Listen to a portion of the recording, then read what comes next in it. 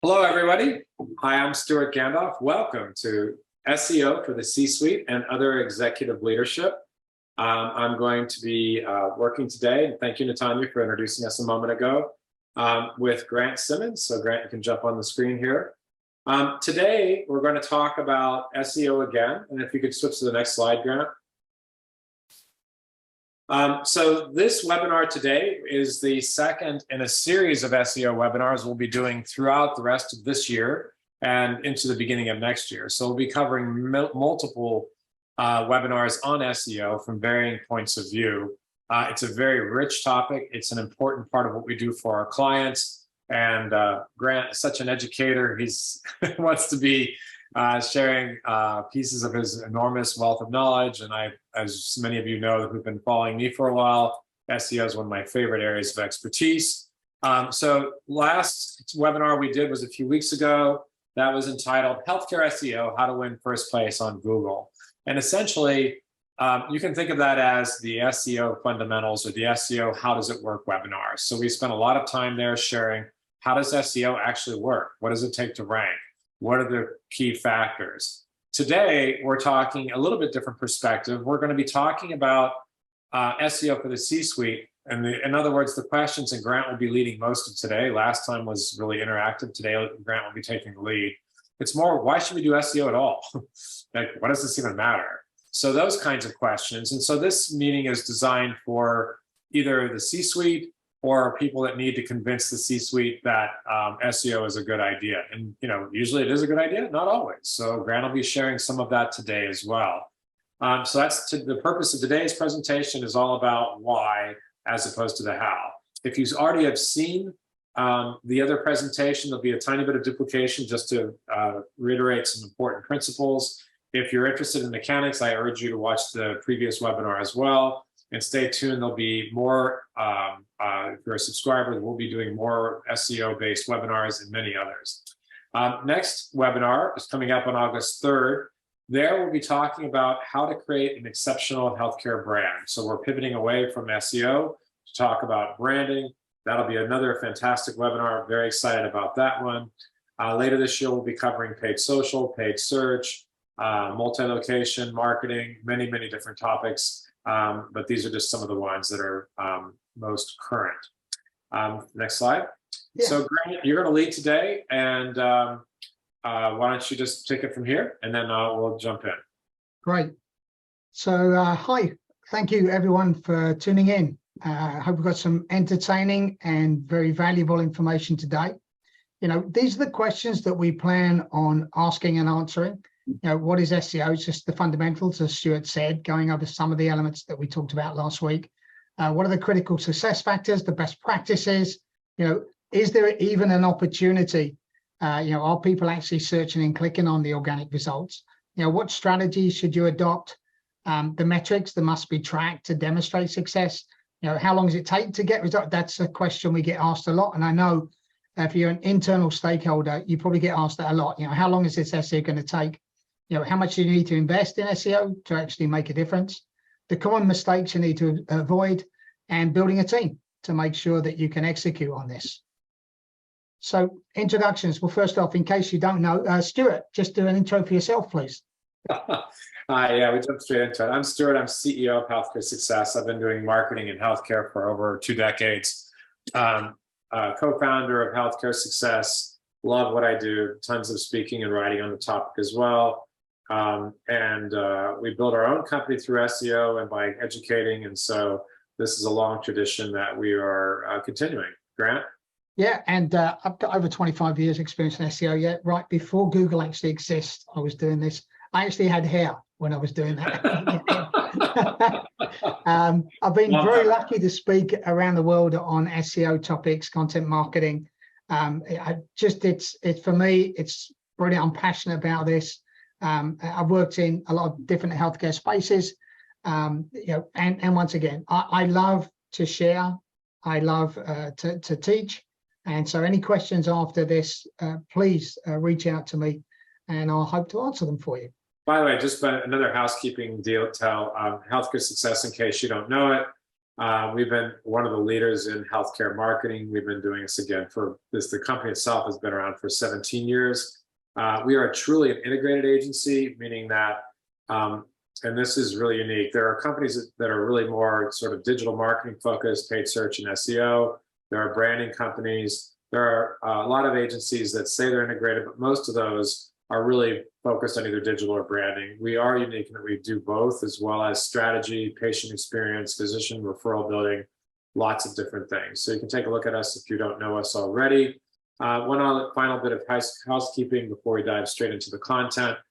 This webinar will be recorded, so if you're registered, you'll see this afterwards. If you're watching this on the replay, obviously you're seeing the recording, as well as we will have a Q&A section at the end. So stay tuned for that as well. Grant, go ahead. Right, super. So the answers to the questions that we posed. I know this is kind of fundamental, but it felt kind of like half a webinar if we didn't actually explain what SEO is. At the very highest level, it's about earning traffic from organic or natural search results within Google SERP. We say Google, and it's mostly Google, because Google is obviously the lion's share around the world, around the country. So round about 88 to 95, it varies obviously based on the month, of traffic, search traffic comes from Google. Now, these might change based on where you're located, where multi-location, sometimes abroad or other things, there's different variations, but Google's the main focus of what we do. And their SERP is quite unique. A list of blue links was the original SERP. Now there's a lot richer areas within there, like local results. We're focusing today on this kind of middle section, the natural or organic search results. This is what it looks like on mobile. Once again, a little bit more compact, what the Google calls cards. And we just want to make sure that when we're optimizing for search, this is where we're going to show up. This is where we're going to get our traffic from. And it does make a difference where you appear in the search results. So on the left-hand side is position 1. You can see a massive spike as far as clicks. As you go down to position 20, you're getting very few from a percentage of clicks. So the higher up you show up is better, obviously. But we want to make sure that when we're optimizing, there's a stage. We're not always going to show up straight away number 1. There's a progression to SEO that you start off, not showing up at all. Then maybe in position 30, 20, 10, and then into the top 5 or top 10 positions. So this is really, once again, the nuts and bolts of what SEO is. Optimizing your websites that Google understands your content, provides the most relevant resource for users to get their questions answered. So I've said many years ago, actually, Google, we look at it as a search engine. It's really an answer engine. So you put normally your problem, your issue, your need as far as information into Google, and they're going to give you the best answers that they think are back. And the best answers for them are ones that are very logically presented in an experience that's satisfying. And that's the most important thing. When people get to your website, that's one thing. But once they're there, they've got to have a great experience. And Google's able to monitor and measure some of those on-site experiences as well. So what are the critical factors of SEO? You've probably seen this if you tuned in last week. This is the SEO periodic table. It really breaks down the different factors of SEO so you can better understand what it is. Now, you don't have to jump into all this. We provided a high-level thing here, which is really content, which is obviously on-page content. It's images, it's copy, it's everything else like that, and how it's formatted. Architecture, really looking at how the site's structured. HTML, what's on page. Reputation is around building expertise and authority on the web. Links, so inbound links to your site. User experience, as you mentioned, really important to Google. And toxins here are really stuff you do are pretty bad that Google has found out. Because, search engines have been around quite a while now, and Google really understands when people are trying to game the system. Now, they don't always understand right away, but ultimately, if you try something bad, you're going to see something bad happen eventually. So we try and avoid all these toxins. Now, within those elements, obviously, they don't always stay the same. These are some of the bigger changes, but since 2020, there's been over 30 updates, major updates, including core updates, link spam, helpful content, local search. There's actually, Google has mentioned within their Twitter account that there are hundreds of changes that happen, hundreds of tests that happen every day. So sometimes you can look at a search result in the morning and it might be a little bit different in the afternoon. It's because Google is testing. Now, they don't test every single search result for every single person. They're generally doing split tests where we're basically trying a little test with someone. If that group they see clicks more or is better experience, better satisfying, then they'll roll it out to more of the general audience. So lots of updates happening. So what do we do about that? Look, this is a question we hear a lot, which is my agency says we're hitting a recent Google update. That's why we lost traffic. Now, that's a very easy answer to give. We lost traffic because of Google update. But the thing is, if you're doing it right, these updates don't affect you. Now, in an update, one site wins, one site loses, because there's only so many results in the search results. So we have to make sure that we follow the best practices, and that's our best defense against any kind of Google update. Now, Google publishes their best practices within their search blog. They give an idea of what you should be doing. Obviously, as SEOs, our goal is not just to follow those tactics that are given, but to look at an overall strategy of what's going to work best for you in your particular competitive environment. So a lot of the SEO effort is around looking at that competition. You know, what are competitors doing well? What is being rewarded by Google? What is the gaps in your content that you might have? What are you missing? What's the site performance? So in a zero-sum game, sometimes if all content remains equal, maybe it's the site experience that differentiates your site or the site that's in number one from your site in position two. And then the opportunity analysis, a big thing. How can you beat your competition? Because like we said, you can't just copy it and expect to be number one. There's lots of different factors that contribute to why one site is number one and one site's number two. From my perspective, and based on my experience, the big differentiators are coverage of content and quality of content. So making sure that you cover a topic completely. And the second thing is content availability and delivery. That real site experience of how people experience your site. The goal is to have the most satisfying experience for users and for Google. Now, we just talked about best practices there. We've gone through quite a lot so far, those fundamentals. Going to get into some examples as well when we look at these best practices. So research is really important, as we said, to get an idea of the competition, to make sure we're better, elevating the most important content and removing or hiding the low value content. Once again, you want to make sure you're showing really good stuff to Google, the best stuff that's likely to satisfy users. And some of that sometimes is keeping it fresh. If there's an updated procedure or an updated treatment, you want to make sure that that's reflected in your content. Now, why is this really important for medical organizations? It's important because there's a different level of optimization, a different level of quality that Google expects from health, wealth, and happiness. All right, that's your money or your life type queries. And that's reflected in their mini algorithms that look at experience. So has the person actually done this? Are they experienced in it? Their expertise. Are they a recognized expert in this? This could be recognized expert locally, in particular vertical, in a particular procedure.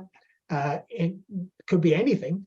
An authority, are they trusted by other folks? Are they recommended frequently?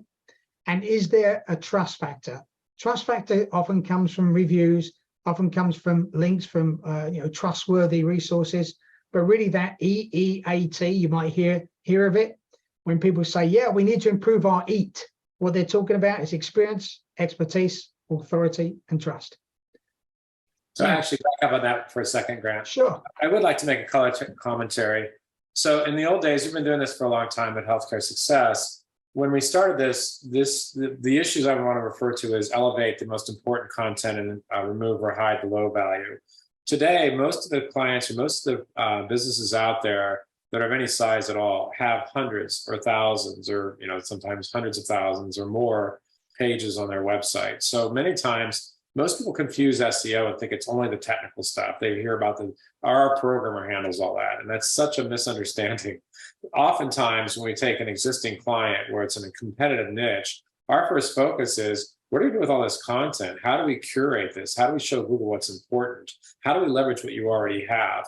Because that's where the real juice is. And how do we make sure we have good content? How do we make sure we have authority? So just it's a big aha moment for a lot of people when we put it this way.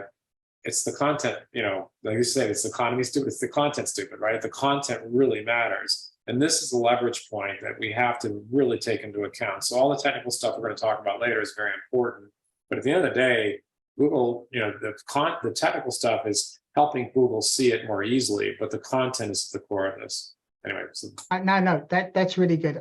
I love that. It's the content stupid.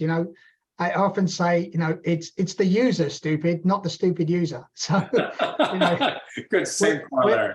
No problem. We're creating this content for users primarily and search engines secondary. So, and when we talk about content coverage and quality, so exactly the point is, we often find when we get to a site that there isn't that deep research being done. It's just touching the very top level, and the experience side of it. When you have doctors, patients, medical knowledge on the topic, that really does play in very well to Google's algorithms. So we want to make sure that experience quotient is really, really kind of highlighted on the website. And we talked about very briefly the money of your life, because medical content has to be correct, has to be professionally written, has to have a very high trust factor to it. We want to make sure that we do it. And just so you know, we have in-house content writers with deep experience in health topics. We often interview the doctors and patients within our client sites just to make sure that we have a good insight into actually what's happening within the practice, within the particular procedure and things like this. So that being said, this is an example from a fibroid site. Yeah, in this particular page, it's going to have a complete coverage of what elements make up the perfect fibroids page. Now, on any topic, any medical topic, you want to make sure there's actually deep research done and you're not just scratching the surface. And research means looking at data points, looking at what images should be in there, looking at what other illustrations or video or anything else should be in that page to make it the most satisfying experience, the most complete answer for that particular topic. So another thing that we get asked about best practices, internal linking. So the question we had actually from a client last year, I read online I should link back to our homepage from every page using the most important keyword is anchor text. Anchor text is that clickable element that you see from an internal link. Well, links, I said before, it's about the user stupid. Links are for users first. The anchor text should describe what users would like to find. The link to the homepage would like to say home. So as soon as you pass over to this idea of making something specifically for a search engine without thinking about the user, that's when you start to pass into that toxins area of the periodic table for SEO. As soon as you start to move into that, we're going to do this primarily for search engines, we don't really care about users. That's when you start having problems. Internal linking is one of those factors. So we talk about internal linking, we talk about content availability and delivery, we talk about experience overall. We want to make sure we organize our content logically. You saw on that fibroids page, they had an internal navigation kind of a key to what's on the page. That's made for humans, so you can easily click and go through a certain section of the page. That also helps search engines because they can more easily find what's on the page. So we want to make sure that that's important, but links users first. Simple URLs, easy for humans and machines to understand. Make sure the user experience is least imperfect. I say that because sometimes the juice is not worth the squeeze for that last 1%. SEO is very an incremental discipline, but we want to make sure we get least imperfect. We don't focus on small things that aren't going to make that much of a difference. Speed is major. Schema markup is this technical stuff so Google can understand better what's on the page. And obviously, we want to make sure we serve and collect information securely, not just over secure connection, HTTPS, but also make sure we're HIPAA compliant. Really key, once again, very specialized in the medical field. These are some examples here of availability and delivery. So the competitive analysis to identify gaps and peer reviews, that's really important. So you can see on the right-hand side, well-organized hierarchy of navigation that covers the main topics that users would want to find and also makes it very easy for search engines to find. Keeping the URL simple. So we can see here, this is quite a complex URL as far as lots of different categories, lots of different forward slashes. For a user at first glance, what is it exactly about? Consulting or executive search. So we want to make sure we keep the URL structure as simple as possible. Now, when you're a leader within an organization and someone comes and says, we're going to change our URL structure, the first thing you got to think about is when you change your URL structure, that has the potential to confuse users and search engines. Users, if they've bookmarked that particular URL, and search engines because they have bookmarked an index URL. They will keep coming back to that URL. So you've got to be really careful if someone comes to you and recommends changing the website structure, that you think about what that means from a standpoint of short-term hits, mid-term hits, and long-term hits. Sometimes you just want to change a couple of pages. You don't want to change the whole site, but you want to be really careful when you do that. Next, we've got another example of a great menu structure where we're talking about substance abuse, mental health abuse, and that breaks down to the different substance abuse disorders. So I think it's really important there to think about top navigation is really key, but having in-page navigation is also really important so that search engines can find stuff, users can easily navigate to things. The last thing here is making sure your site is performant, fast. It's really important from a search experience standpoint to make sure your site is fast. From a user experience, it's even more important. These are some metrics. So this is published actually from Google. They have a great resource, they think like Google. They've given this information, which basically says the slower a page loads, the more likely someone is just to leave your site. So here, 1 to 3 seconds, probability 32%. That goes all the way up to 123% when it goes closer to 10 seconds. So think about that. Now, we talked about also the zero-sum game. To lose, someone else has got to win. Sometimes a tie break might be the speed of your site. So it might be that for users where they give up on your site and they go to someone and they experience it faster or not. So on the right-hand side, I've got some benchmarks around different industries. Healthcare, as you can see there, the average healthcare site is loading in about 5.5 seconds. So it's important to know that if you want to be better from the speed, take that off the list of things you have to fix. If you're below 5 seconds, you're probably pretty good in the healthcare space. That doesn't say you shouldn't try and make it faster, but at some point we get to that same idea of the last 20% might not be worth the squeeze. So think about this from a healthcare standpoint. Your site should load 5 seconds or less. The faster it is, the more likely people are to keep exploring your site. All right. What are the common SEO mistakes we need to avoid? Now, Stewart already mentioned one where we see content is buried. But you know, what I see most is our clients or prospects, or when we do our competitive analysis, we test on mobile devices.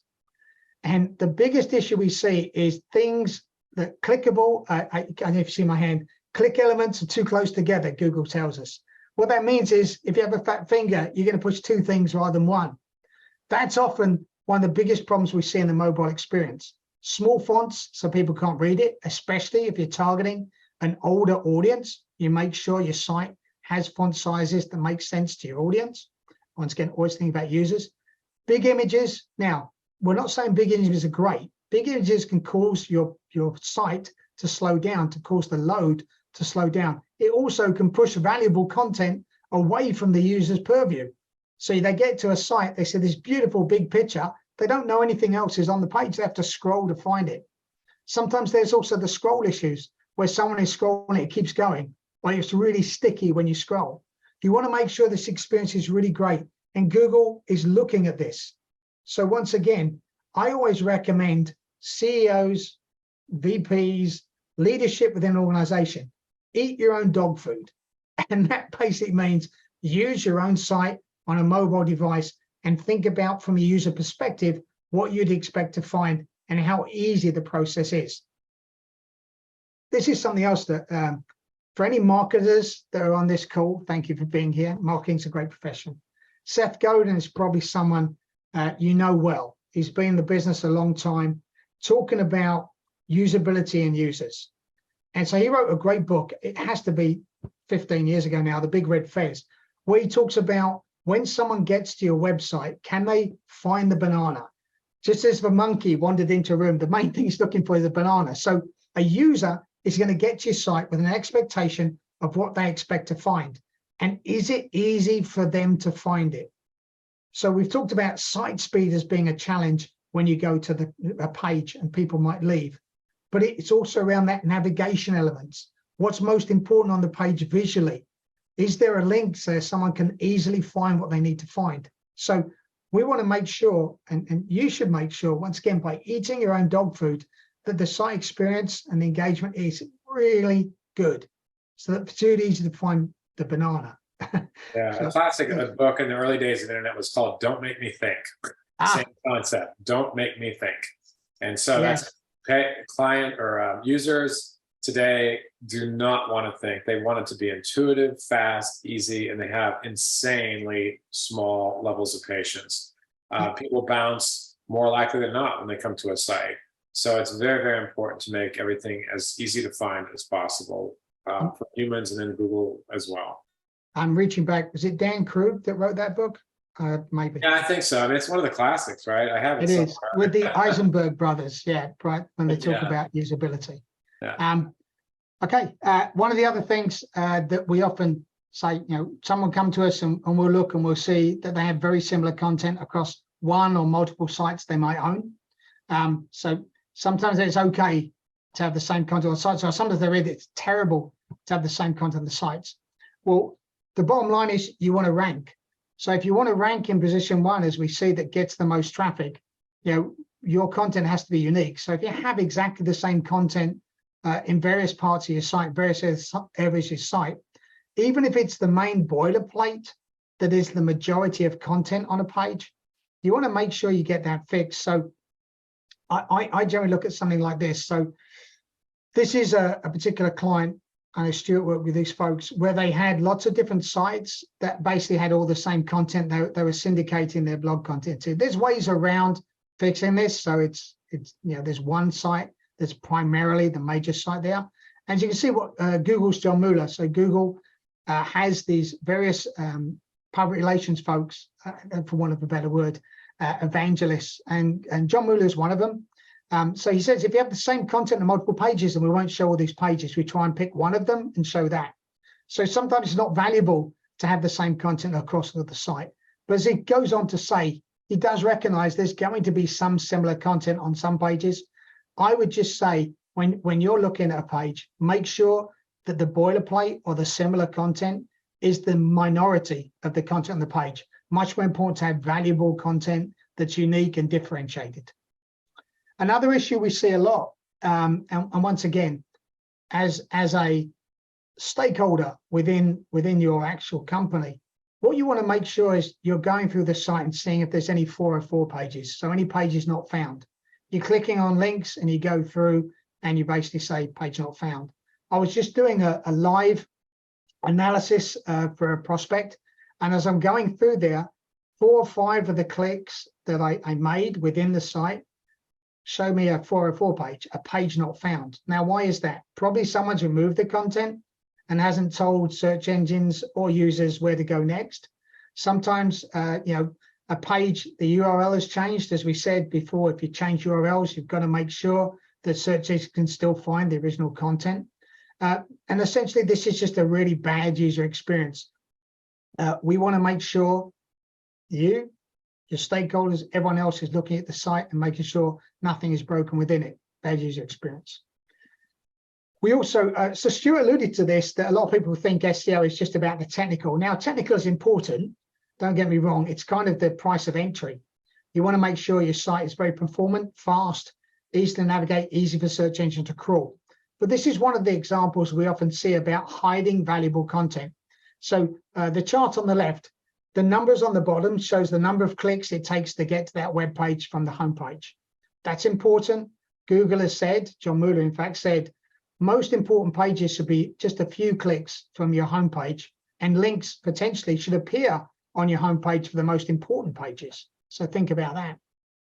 Orphan pages are pages that don't have any links to them, but can be discovered by search engines.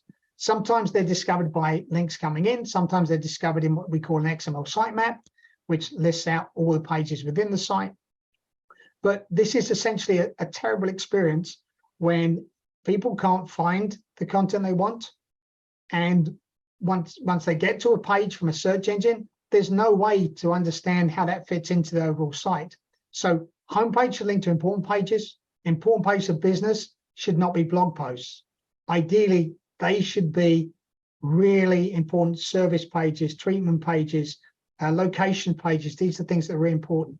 So once again, you eat your own dog food. Look at your site through this lens of users first. Can they find what they're looking for? Can they find the banana?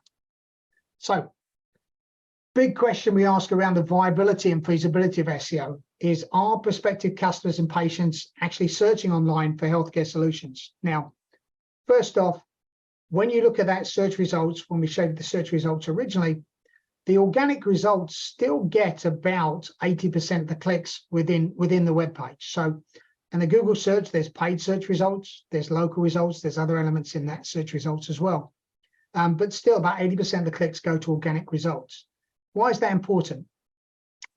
Because Google has a health boss, of course. Now, it's from a couple of years ago, but David Feinberg said 7% of Google's daily searches were health related.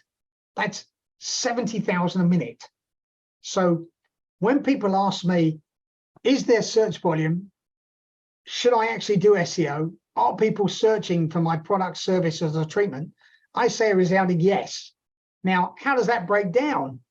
It breaks down by how people are searching. On the right-hand side is some data from Pew Research Center. So 66% who've looked online are looking for specific disease or medical problems. So of that 70,000 type queries, mostly 66% of those are probably looking for specific disease or medical problem. Now, I always say this to our clients as well. People search for their problem. You have to demonstrate that you understand that problem and you have a solution for it.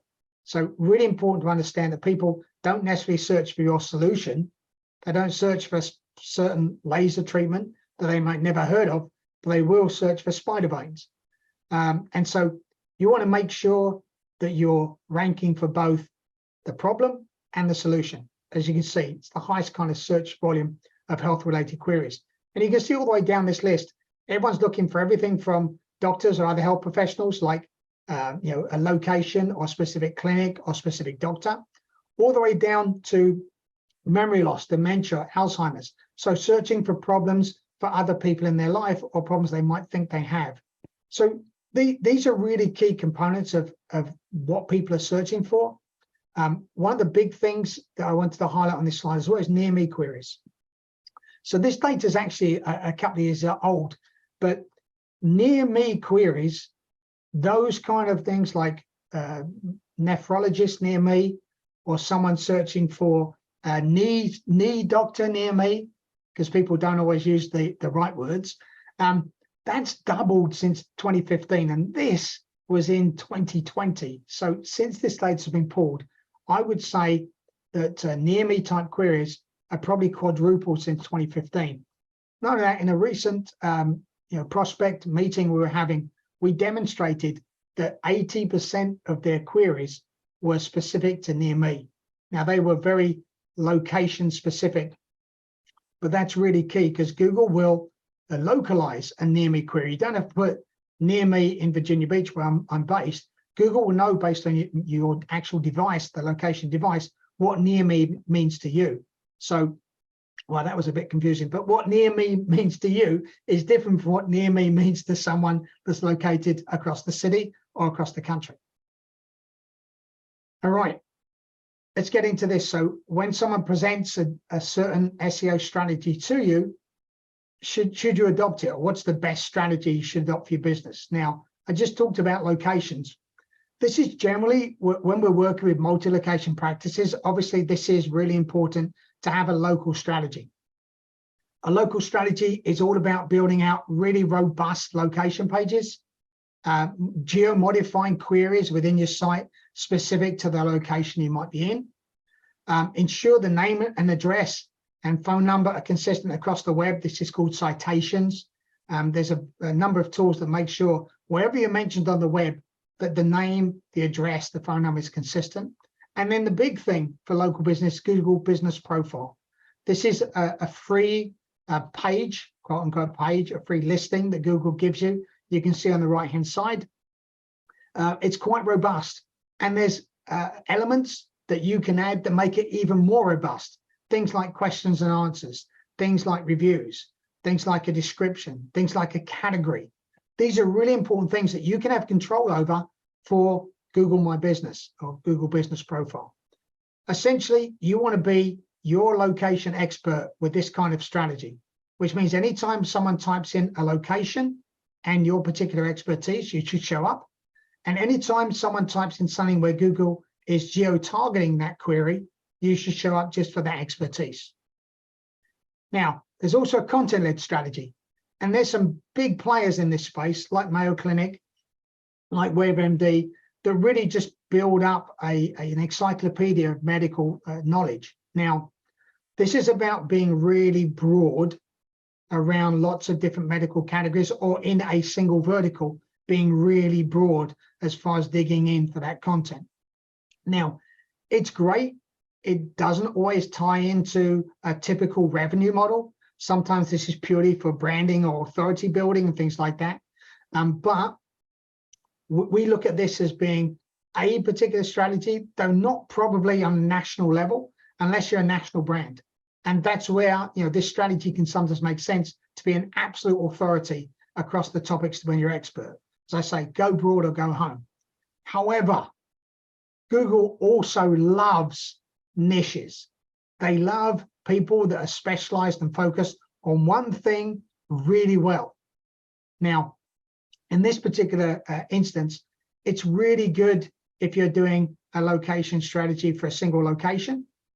It's really good if you want to do a very narrow vertical niche. As I said, you're going to be comprehensively covering just one specific treatment or comprehensively covering one specific symptom. That can work really well for that. You can then offer the solutions to it off of that. This is an example here. Dentist for seniors with a targeting of Tucson. There's 10 searches a month. So that search volume is 10 searches a month.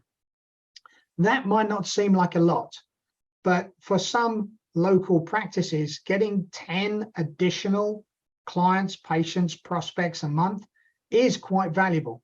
And so from my perspective, I don't throw this out the window as saying, and this strategy is bad. Sometimes in this strategy covers a vertical as opposed to just location. In that sense, becoming an absolute niche expert can mean winning nationally as well as totally winning locally. Can I jump in, Grant? Oh, please do. So absolutely. Sometimes we are looking at, for example, dentists for seniors. That may be a business that's focused on that's high value because seniors have bigger dental problems. So that's a strategic imperative for that business.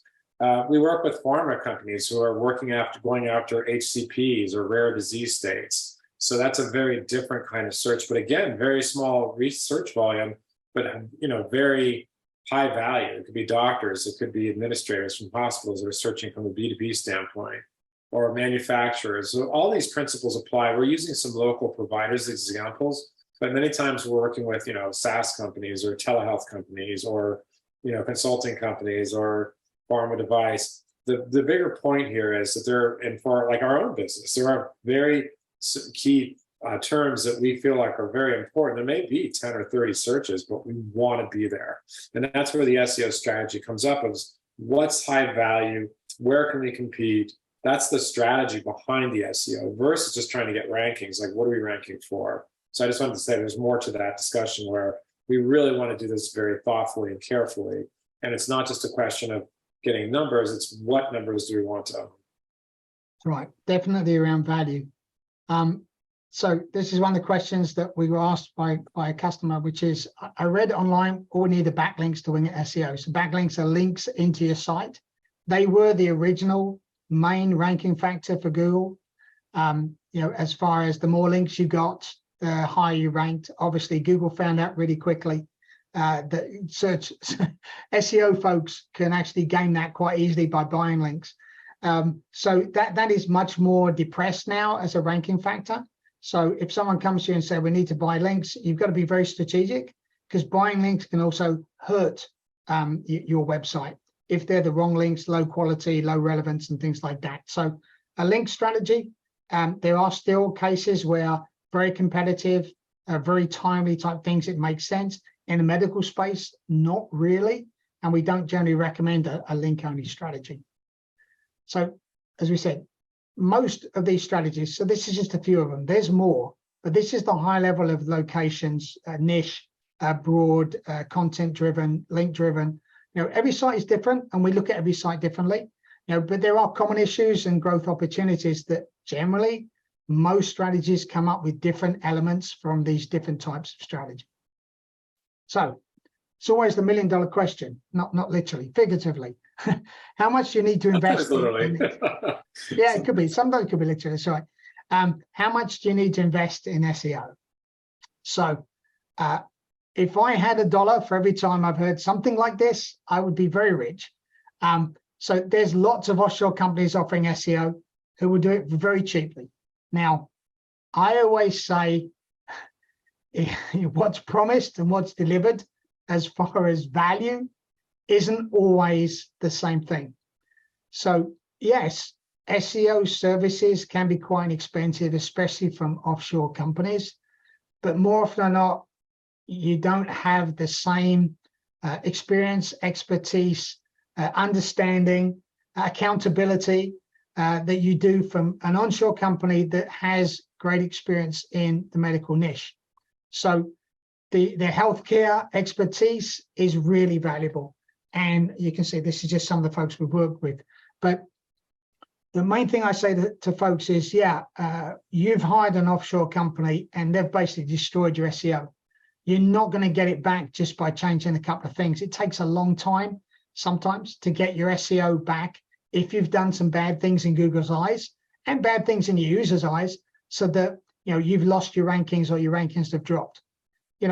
We look at this as a full discovery process is key to success. There's a very high level of expertise needed in multi-location, and the complexity and competitive nature of a main site can always make a difference. And you see here, I've given a number here, the number, $5,000 a month. That's reasonable to expect for someone. There isn't just a vendor, they're an actual partner. There's someone, to Stuart's point, that understands what your key metrics are, that understands what's important to your business, and goes beyond just the tactical of we're going to change a title tag here or anything else. They're actually understanding the full strategic goals of the business to generate revenue or visibility or other things that are important to the business. Now, the caveats are, of course, is competition, number of locations, complexity, and urgency can increase costs. And as I mentioned below, your money or your life, because medical is so important to Google to get right. Anything here can basically mean if you don't do it right, Google will definitely penalize you by not showing your site in rankings. You don't want that to happen because getting it back is tough. And added that the competition and the urgency are huge factors there. So depending on the niche, if you're in addiction and you want to be ranking nationally, bring your checkbook. It's going to be a whole lot more than that. Like, these numbers are determined by the marketplace. So it's not like we don't want to sell a bunch of SEO services. It's like what's required to get to the objective, just like anything else in business. So these are the kind of the entry point where true partnerships are available, but that doesn't mean that applies for every case. Thank you. All right. Well, what metrics can be tracked to demonstrate SEO success? So as a stakeholder in your company, obviously you need to know what's important to your business, and then you need to know what SEO can deliver. So more often than not, SEO is measured apples and oranges against paid search or billboards or other things like that. And the metrics are different because some things we can affect, and obviously a lot of things we're dependent on Google understanding the value of the content you have or the content we produce, understand the value in the experience. So we can't control everything. So there are certain measures that we think are really important from a search standpoint to be measured against. And these are things that should be important to your business too. Conversions. Now, it's great to drive traffic, but if it's not converting traffic, is there real value there? Or there may be from an engagement standpoint. Are people requesting directions? You know, they're not converting exactly, but they're looking for directions. Or are they looking or submitting reviews or things like that? So sometimes if conversions aren't the ideal goal, then engagement can be. Traffic obviously is a big thing that we can look at, but the value of traffic is generally in what action the user takes next. Some folks, and to Stewart's point, they might just be looking for brand awareness or affinity with a brand. Sometimes pharma companies are doing websites just to introduce informational stuff to patients or prospects. So sometimes that's important to show up. Links, we mentioned in the link strategy, you know, some verticals, links are important. And so, you know, some metrics that can be measured against are the number of links you've generated through great quality content. And impressions really works back to the ladder of what we call lower value. You need to get impressions in the search results to be able to get clicks. But really it comes down to the first thing is impressions is the first element. You're indexed, then Google will show you up in search results, earning impressions, and then you earn clicks out of that. And then the last thing I say is lower value or lowest value is rankings. Rankings don't really mean anything. They are an ends to a means. You have to rank to be able to get a click, to drive traffic to your site, to get conversions. But it shouldn't be your main goal just to rank number one for a query, like we said, no one searches for. You know, do we ever want to show up for a query that no one's searching for? So this is the question I was asked, you know, do we want to show up in Google for a search query that has zero search volume? And the answer is, if the CEO says it's important, yes. Sometimes that's a worthy goal or worthy metric that's worth showing. And that could be a vanity term specific to the company. Sometimes it's a tagline, things like that. So things can be important to a business that aren't necessarily important from a conversion standpoint or actually a monetary standpoint.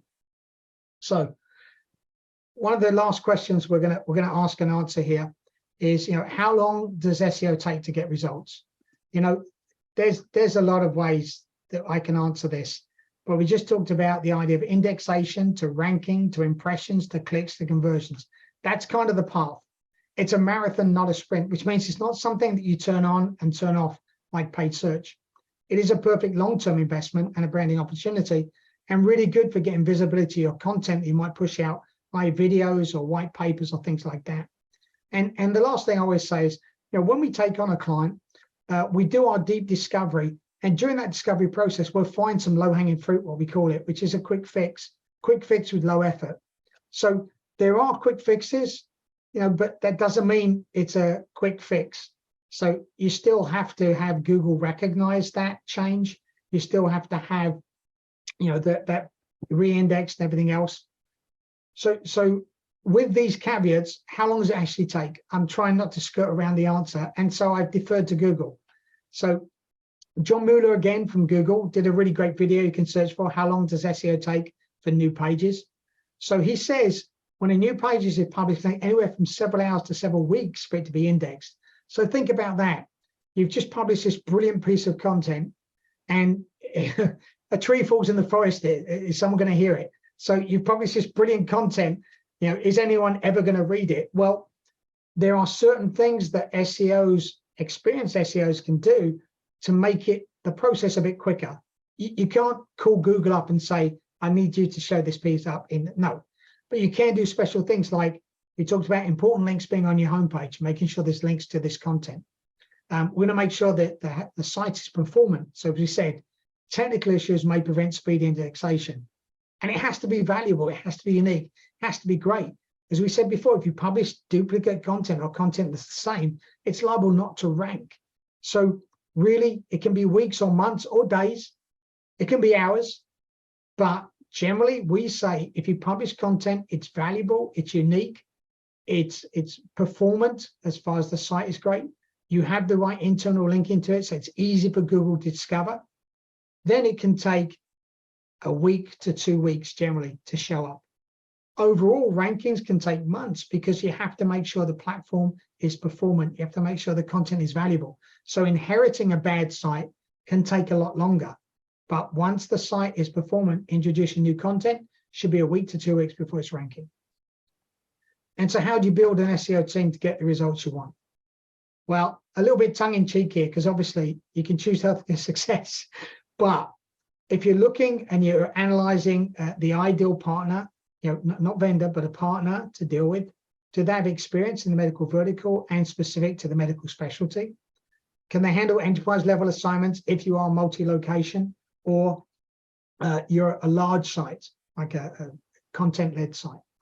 Can you talk to the people actually doing the work? Well, I don't just give webinars. I actually dig into every single client every month to make sure we're delivering what we need to deliver and the opportunities are being captured.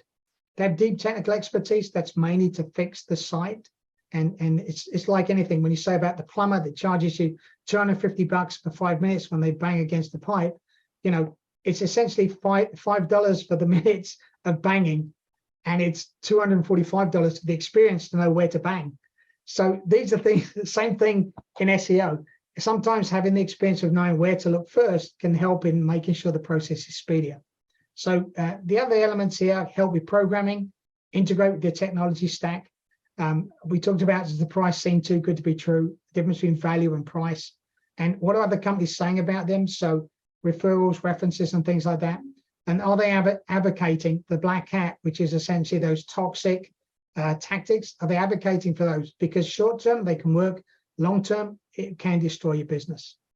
And that is what I have. Stewart, maybe to wrap up, I want to thank everyone for being here. Brilliant. Yeah, I'd add a couple points to that. Also, that's not on the bullets there would be, do they show up in SEO themselves? It's fun. We get calls once in a while. People say, what do you know about SEO? It's like, well, how'd you find us? Oh, I guess I found you on Google. So, having some credibility, it's like Grant was saying, eat your own dog food is a help. So at this point, we can take we have time for a couple questions, and I've got a thought starter. Actually, back up for a second here to the one before that.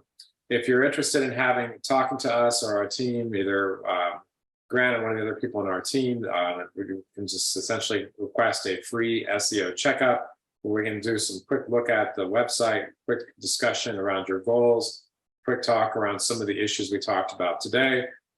So feel free to send us an email about that or give us a call if you're interested in that. Finally, on the last slide here for Q&A. I invite, if we have any questions, please let us know while we're waiting to see if anybody has some additional questions. Grant, what I'd like to talk about with you is, I think you and I can have a little fireside chat here about, your experience with the C-suite. So the whole topic of this webinar today was about C-suite, and hopefully we've answered most of the questions. But if we were, when we're talking to C-suite, as we often are, what are some of the things that you find that C-suite is open or interested in today, perhaps more than in the past? Like, what are the really critical executive questions? We talked about a lot, but to bring the user or the viewers today to a focal point, what kinds of things are likely to be really top of mind? Yeah, well, I think most of the stuff we covered, most of the conversation around ROI, what do I need to invest and what am I like to get back? I think some of the real timely topics around, I hear a lot about ChatGPT. Can I leverage that to help me write content and things like that? Because obviously some of the largest challenges as the C-level is scale, profitability, return on that investment, prioritization of people or prioritization of resources. I think those things are always top of mind. That hasn't changed since I spoke to my first CEO, which was in GE back in the day, probably 25 years ago. But those questions are still valid and relevant. The other thing is, and I don't want to be coarse, so I won't be, but are my team telling me what I want to hear, or are my team telling me the truth? Now, we're not saying that in every organization that's necessarily true or false, but that's a question that a lot of C-suite ask because they don't have the deep expertise in SEO to understand what is good, bad, and ugly. And so from our perspective, sometimes we can answer those questions really quickly, really well, so they can understand whether they're getting the whole truth and nothing but the truth, or they're getting just something that maybe is telling them somewhat of the truth and not really what's happening holistically with their SEO campaigns. Yeah. And I would say a lot of times we were working with people that maybe sort of at the vice president level where they have, or, on the marketing team, but they still have to sell the case to the CEO. And so I would say for those people, if you're in that situation, it really does come down to ROI, setting expectations carefully, talking about what's real. And sometimes I'll say, well, do you want to be there or not? At the end of the day, especially for keywords that are central to your business, do you want to be there or not? Do you want somebody else to be there? Because that has value, right? If you're not showing up for your own niche, that's a problem for me. Because it's not even so it's a question of people finding you online looking for you, but doing their due diligence on you. And if you're not showing up for the key terms and your competitors are, that's not good. That's a real problem. What do you spend on that, Grant? Yeah, no, there's a couple of questions here actually. And just to your point, within 2 weeks before a surgery, about 60% of folks actually search about their doctor and the surgery and other stuff. So it's interesting to understand that the people search in time, and if you don't show up, it's a challenge. So one of the questions we have is, what are the factors to be considered for a thorough competitor analysis? It's a great question. So the main thing first off is understanding who your competition are. So you have competition within your vertical that you know about, and then you have search competitors. So the first thing to look at is go into Google and type in a few of your key terms to see who turns up. So it might not be in a local basis. It might not be your local competition. It might not be the dentist across the road or the vein surgeon down across the city. It might be a national brand. So the first thing is competitor analysis, understand who your competition is.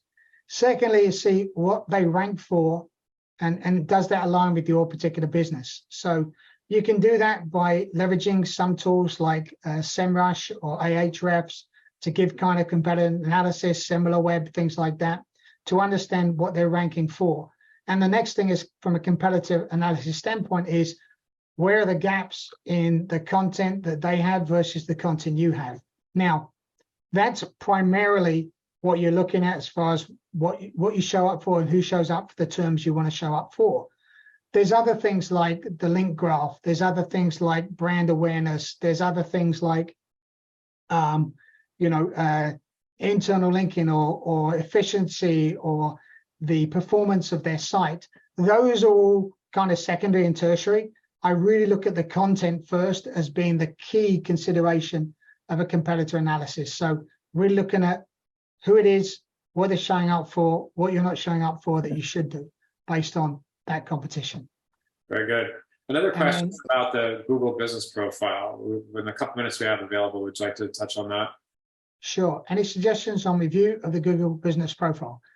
It's the same thing in looking at the Google business profile. There is a breakdown of different elements that you're likely to see there. Everything from directions to photographs to posts to the main category to reviews.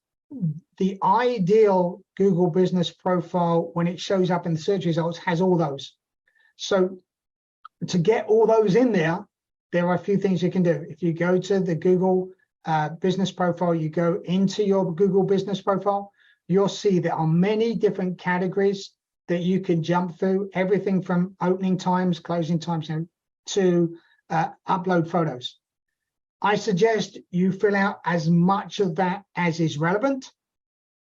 You then inspire your happy patients, happy customers to give a review on Google and other platforms, because that's also a really important component of reputation and click-through rate from that Google business profile. Make sure your location is 100% correct, not just on the Google business profile, but across the web. And one of the major things within Google business profile is that category and subcategory. Just make sure that's really relevant to you. You can start to type in and it'll make suggestions. Try a lot before you decide, because Google is always adding new categories in there, but you want to make sure it adequately reflects the niche that you're in. because that's one of the major factors of whether you're going to show up and whether your profile is going to show up for generic search queries. That's probably Google Business Profile in a nutshell. Very good. Well, hey, Grant, I tell you what, this has been fun as always working with you, and appreciate your content and flexibility. If you're interested in our help, let us know. We are very proud of our team and our skills in this category. So looking forward to talking to you. Thanks, Grant. Again, our next webinar will be about branding, completely different set of hosts and content, but this has been fun, and thank you for some of the nice comments we're getting in the comments as well. Thanks, everyone. Thanks very much. All right, take care. Cheers.